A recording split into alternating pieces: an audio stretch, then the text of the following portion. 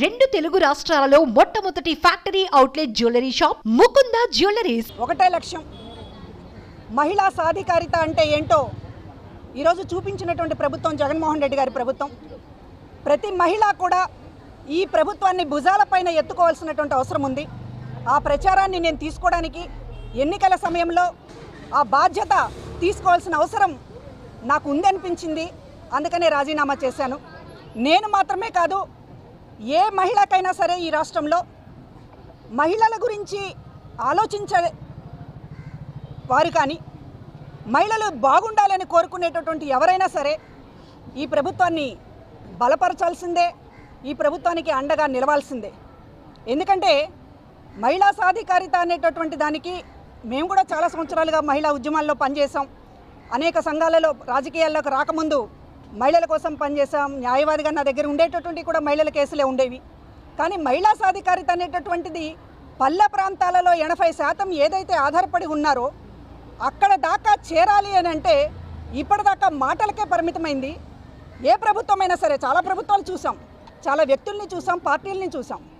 కానీ సాధికారిత అనేటటువంటిది ఒక ఇంటికి చేరినటువంటిది. ఇవాళ కుటుంబంలో కేంద్రం స్త్రీ అనేటటువంటిది చాటి చెప్పినటువంటిది జగన్మోహన్ రెడ్డి గారి ప్రభుత్వం. స్త్రీ చుట్టూ తిరుగుతోంది ఇవాళ ప్రభుత్వం. స్త్రీ చుట్టూ పథకాలు తిరుగుతూ ఉన్నాయి, స్త్రీ చుట్టూ సమాజం తిరుగుతూ ఉంది.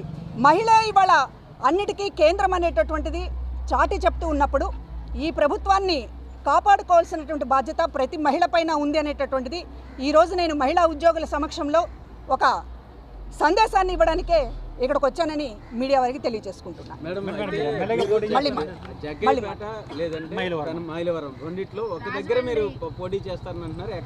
పోటీకి అవకాశము లేకపోతే పోటీకి సంబంధించినటువంటి దానికి సంబంధించినటువంటిది ఆ ఆలోచనలతోనూ నేను రాజీనామా చేయలేదు. పోటీకి సంబంధించినటువంటి అర్హత కానివ్వండి, లేకపోతే దానికి సంబంధించినటువంటి ఆలోచన కానివ్వండి, ఈ పార్టీలో చాలామందికి ఉండుండొచ్చు. కానీ అది ఈ రోజున గీట్రాయి కాదు. వ్యక్తులుగా కొంతమంది నష్టపోయి ఉండొచ్చు. ఈ పార్టీలో వ్యక్తులుగా సరైన న్యాయం జరగలేదని జగన్మోహన్ రెడ్డి గారి కుటుంబ సభ్యులు కూడా కొంతమంది అనుకుని ఉండొచ్చు. కానీ ఇవాళ ఈ పార్టీ అనేటటువంటిది 15 ఏళ్లుగా పోషించినటువంటి ప్రతిపక్ష పాత్ర మాత్రమే కాదు, ఇది ప్రజల పాత్ర.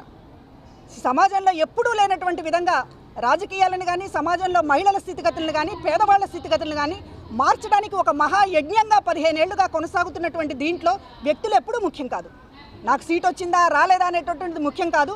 నా బాధ్యతని ఈ రోజున నిర్వర్తించాల్సినటువంటి అవసరం మహిళల కోసం ఉంది, సామాన్యుల కోసం ఉంది. మనసున్నటువంటి ప్రభుత్వానికి మద్దతు తెలియచేయకపోతే అది అన్యాయం అవుతుంది అనేటటువంటిది అది ప్రతి ఒక్కరు ఆలోచించేటట్టు చేయడమే నా బాధ్యత అనుకుంటున్నాను. పార్టీ ఆదేశిస్తే పోటీకి సిద్ధమా? పోటీకి సిద్ధం, దేనికైనా సిద్ధమే. పార్టీ ఆదేశించినా ఆదేశించకపోయినా కొన్ని బాధ్యతలు నెరవేర్చడానికి సిద్ధంగా ఉన్నాం. అన్ని పరిస్థితులు కలిసి వస్తే జగన్మోహన్ రెడ్డి గారు తప్పనిసరిగా ఆలోచిస్తారు. కలిసి రాకపోతే ఈక్వేషన్స్ కావచ్చు, లేకపోతే బలాబలాలకు సంబంధించినటువంటి విషయాల్లో ఏదైనా ఒక కుదరకపోవచ్చు తప్ప అవకాశం ఇవ్వాలనేటటువంటి ఆలోచన ఆయనకి ఎప్పుడు ఉంటుంది. పార్టీ ఆదేశించి మిమ్మల్ని ఎన్నుకోమంటే ఏ చూసుకుంటారు? ఏ నియోజకవర్గం ప్రస్తుతానికి ఇది అసలు ఊహాజనితమైనటువంటి విషయము. ప్రస్తుతానికి పోటీ అనేటటువంటిది ఆ కాన్సెప్టే లేదు. ఖచ్చితంగా నాకు సంబంధించినటువంటి ఒక బాధ్యతగానే దీన్ని తీసుకుంటున్నాను తప్ప పోటీకి సంబంధించినటువంటి ఆలోచనతో కానీ, లేకపోతే అవకాశం వస్తుందనేటటువంటి దాంతో కానీ నేను తీసుకోవడం లేదు. ఇప్పటిదాకా మీడియా వారందరూ కూడా నాకు చాలా సహకరించినందుకు, మహిళా కమిషన్ చైర్పర్సన్గా మీరు అనేక మంది సహకరించారు. ప్రతి ఒక్కరికి ధన్యవాదాలు, కృతజ్ఞతలు.